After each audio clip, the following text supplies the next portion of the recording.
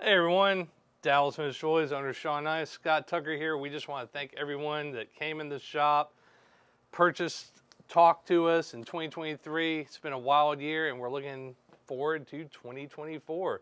We're just going to walk around the shop and talk about toys that we enjoyed coming in the shop and doing what we do, yeah.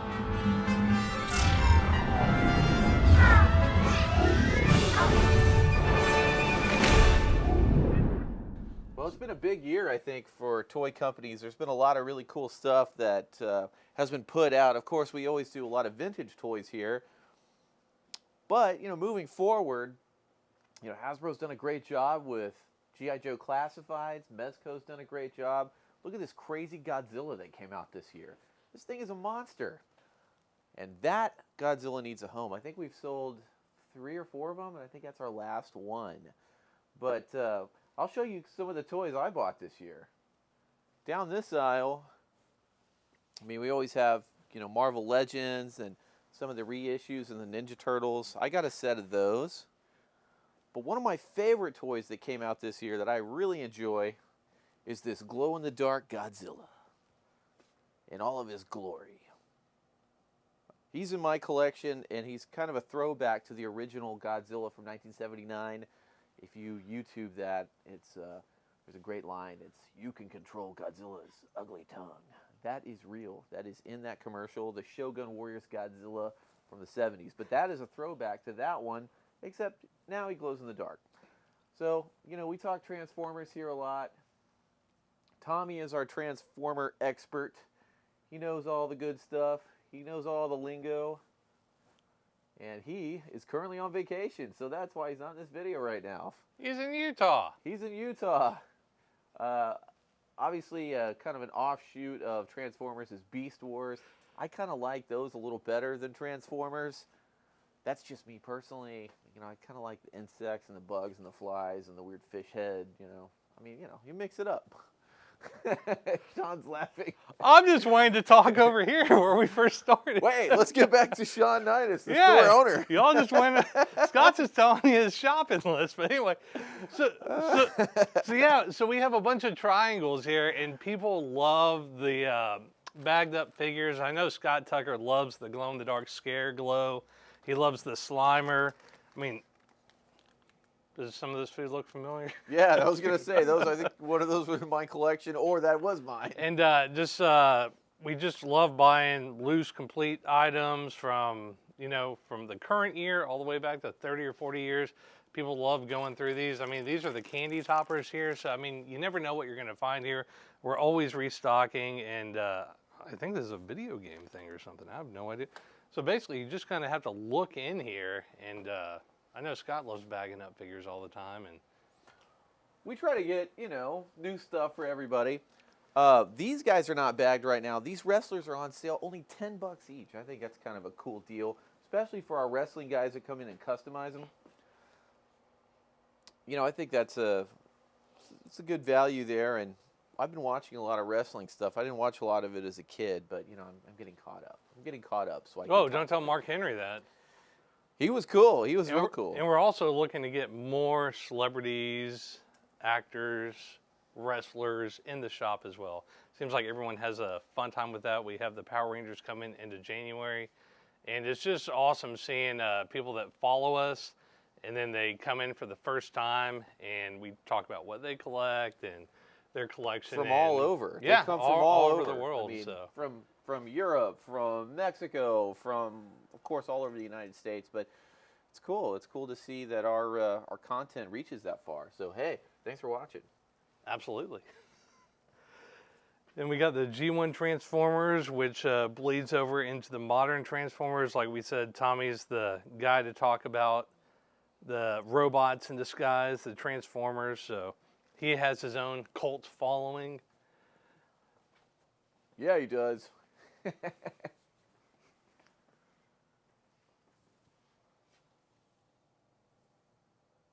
Scott, did you get any toys for Christmas? Yes, actually, Tommy was nice enough to get me the Soundwave Dreadnought Thunder Machine mix-up, which I really like a lot. The thing is that What's the backstory on that? I haven't opened it yet, and I told Tommy I was going to open it on Christmas Day, but I got it. I was about to open it, and I'm like, God, it's so beautiful. I can't do it. I don't want to be one of those collectors, but I'm sort of morphing into one of those collectors. Backstory? The backstory is I've had a Thunder machine since I was 6, and now I think I'm going to trade my old Thunder machine in because this new one is so cool. I like to have just one of each character or each vehicle. So. You could just have 2 because they've made 1 and 2 and just not overdo it. Well, that's true. But the backstory I was talking about is like when it arrived here. Oh, God. So Tommy had it sent to the shop, and Sean says, oh, there's packages in the back. So I go all the way to the back, and I'm opening it up, and, we're getting everyone's Marvel Legends for everyone and classified series. And then I open this one package, and there it is. And I'm like, oh, man, I should have ordered that.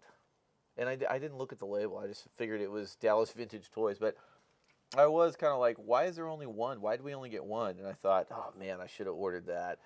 And so then I text Tommy, hey, man, just to let you know, this came in. He was like, oh, Merry Christmas. I was like, what? That's my Christmas present? So that was very generous of him.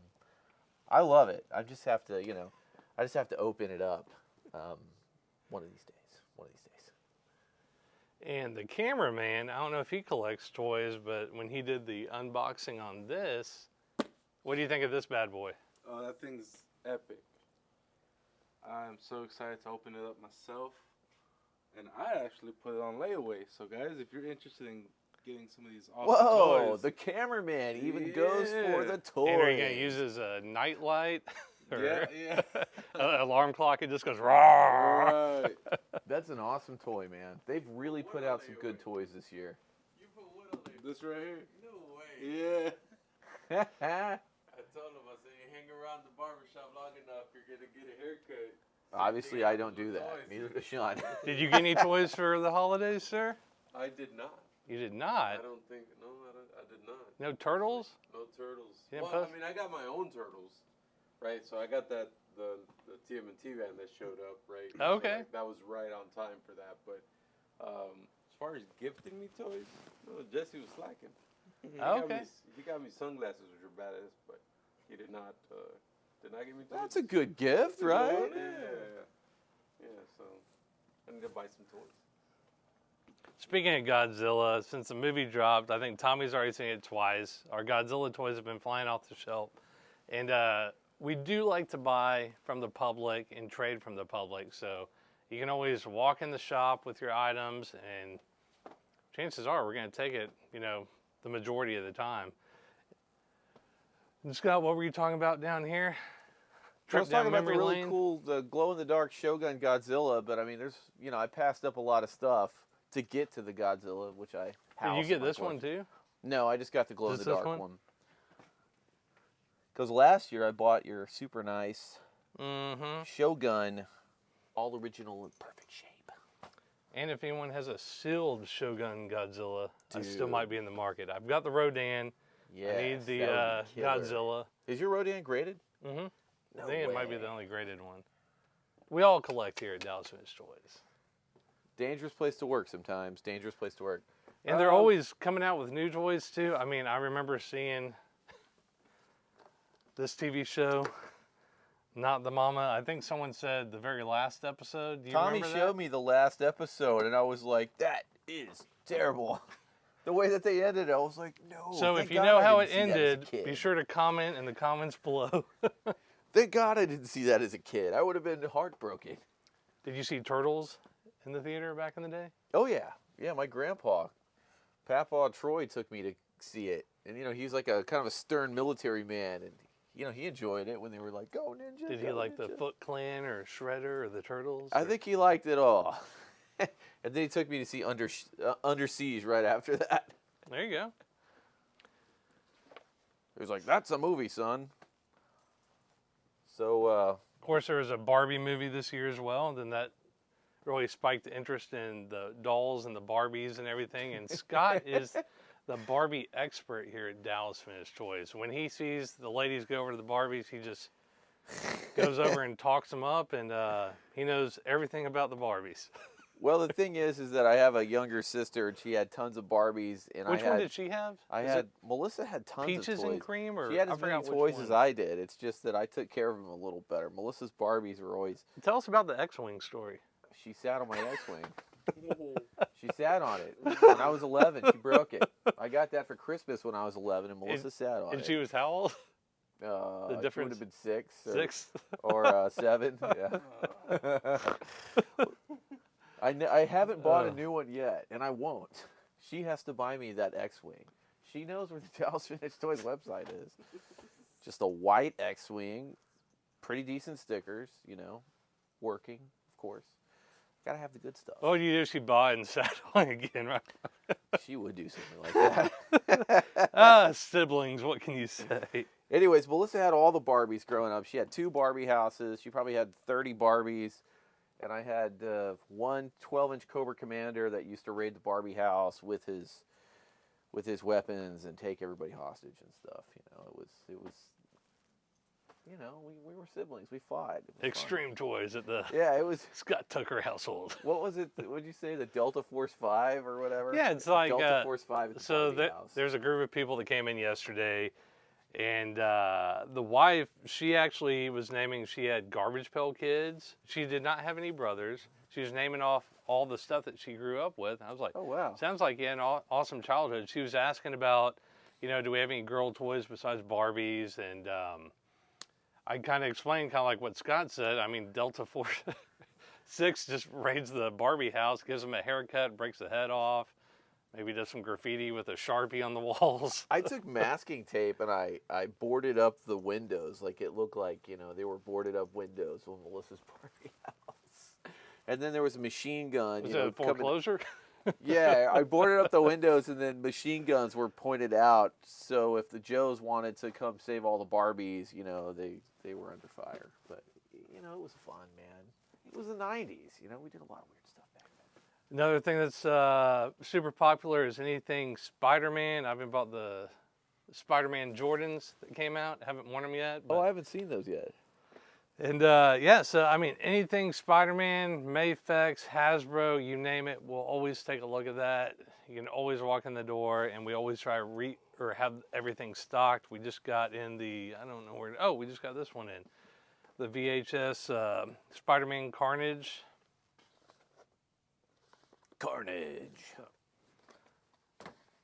Those were really popular too. The VHS series, we sold a lot of those this year.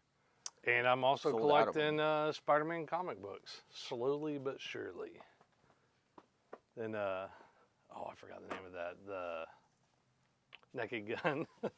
Don't call me Shirley. Naked Gun, the movie Naked Gun. Oh, I love that movie.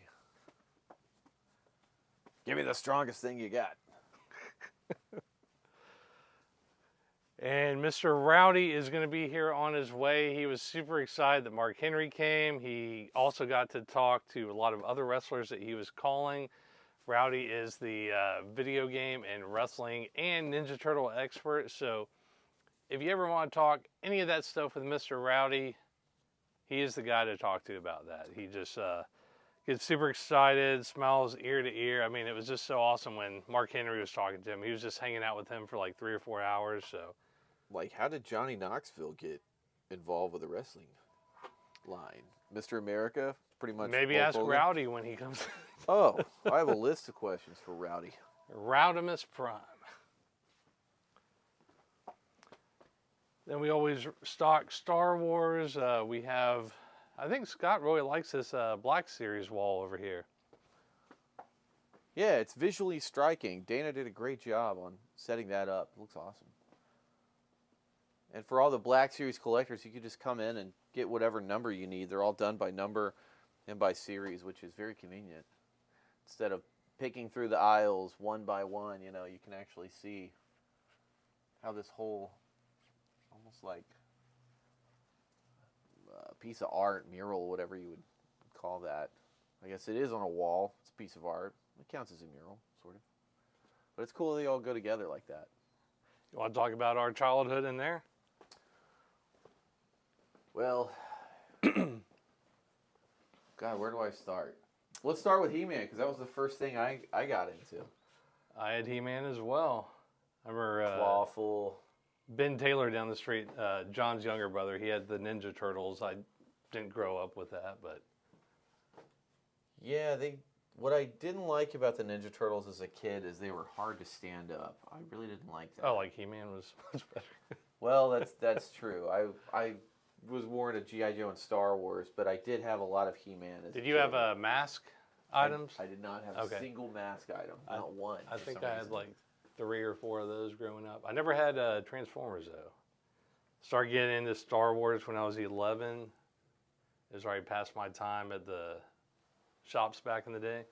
Yeah, because it was like 87, 88 is when the Star Wars figures were actually at KB Toys 3 for $5 bins. G.I. Joes I had a bunch of. Oh yeah, you know one of the things about G.I. Joes, with every collection that comes in of vintage toys, there's always G.I. Joe toys in it. Or an accessory. Or an No accessory. figures. Because G.I. Joes were so accessible. I mean, back in the day, you could find G.I. Joes at grocery stores. They had them at Eckerd's. They had them at, of course, Toys R Us, KB Toys, but they were everywhere. So basically, is what you're saying is if they still marketed like they did back then, if Scott went to the grocery store, he would not have any groceries. It'd just be awesome G.I. Joes. The old Joes. It'd Well, be the Dreadnoks and maybe a Baroness all and Dreadnoks. I did some research on it, and Hasbro was aimed to reach 95% of, it was either 90 or 95% of the American male child population, and they did. It was pretty effective. So that's why the Joes I were just everywhere. came in for a loaf of bread Yeah. Went home with Snake Eyes. with a Wonder Bread He-Man. Now that one you had to mail in for, right?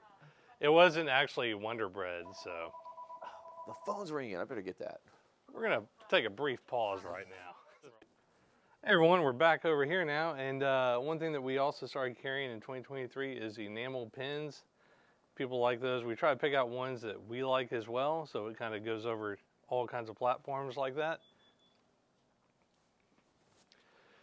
And we're always restocking the Hot Wheels. We just put out 600 Hot Wheels. We also have Legos. Tommy is the expert on Legos. He can cite what minifigs come with what sets, how many pieces. He is the Rain Man of Legos.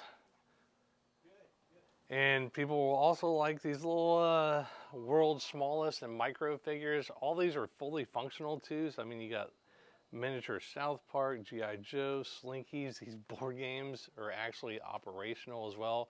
So lots of fun stuff. You can either play with them or your toys can play with them as well. Isn't that right, Jeffrey? And once you pass through Castle Grayskull, we're always getting new stuff in. This is stuff that we love, vintage stuff from the 70s, 80s, 90s. A lot of this stuff is in pristine condition and graded. And it's we just love the artwork on the vintage boxes and the packaging.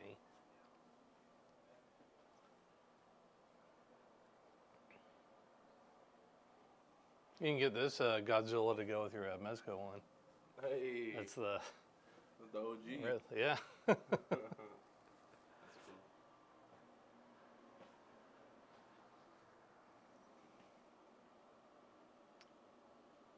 This is kind of like a mural of toys from our past. We got the G.I. Joe General. We got the 12-inch series that came out in the 90s. We got Ice Age. We just shipped some of this to Germany. We have Dune figures, stuff from Argentina. It's just, a lot of people think this is like a museum back here, but actually everything is for sale. We don't have prices on it. All this stuff is listed on the website. So it's just fun watching people's reaction when they come back here. They might be like, oh, Shazam, they just did a movie that came out in 1974. We got Dr. J. I think they just did a documentary on one of the streaming services about Magic Johnson or someone else. So, and people have been picking up Inspector Gadget. So just a hodgepodge of a little bit of everything. And I know turtles are near and dear to your brother's heart. Turtles! Turtle soup. When Trevor used to work here, he'd say turtle soup.